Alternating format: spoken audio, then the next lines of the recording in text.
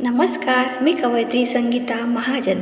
निर्मल स्नेह प्रेम यात आपण शंभूगीतेतील पुढील भाग ऐकावे.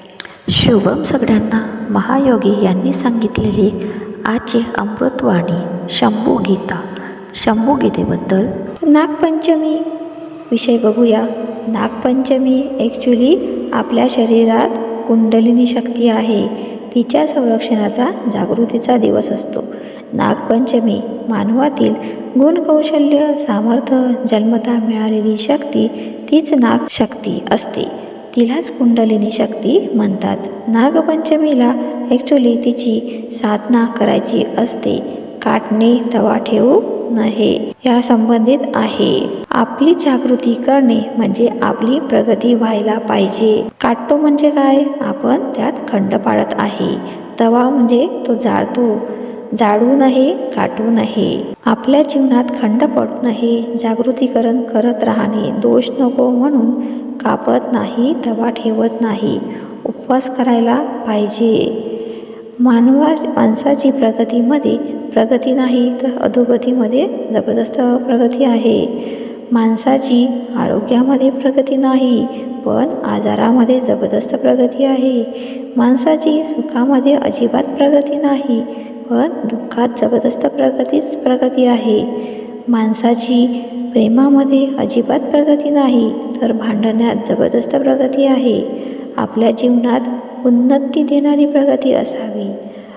आयुष्य सुंदर बनणारी प्रगती पाहिजे. नागपंचमी आपल्या स्वतःचा प्रगटीकरण करण्याचा दिवस आहे. स्वतःच्या कुंडलिनी शक्तीचा जागृतीचा दिवस. कुंडलिनीचा सण आहे. आपल्यातील चक्राची नाड्यांची शक्ती जागृत करण्याचा दिवस आहे.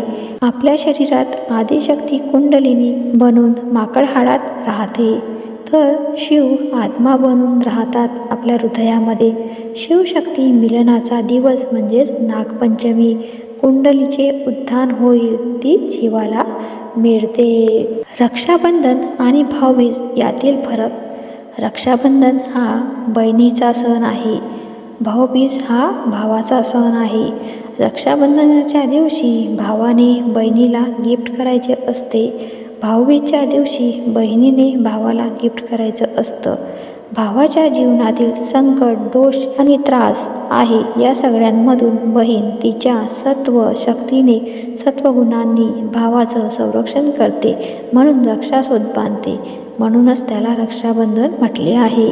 या जगात हा एकच धागा जो जास्त दिवस ठेवला जातो तो धागा पोळ्यापर्यंत ठेवतात. त्या बहिणीचे त्यामध्ये सत्व असलं तर धाग्यात बहिणीचं प्रेम हवं. त्या धाग्याने भावाची प्रगती होते.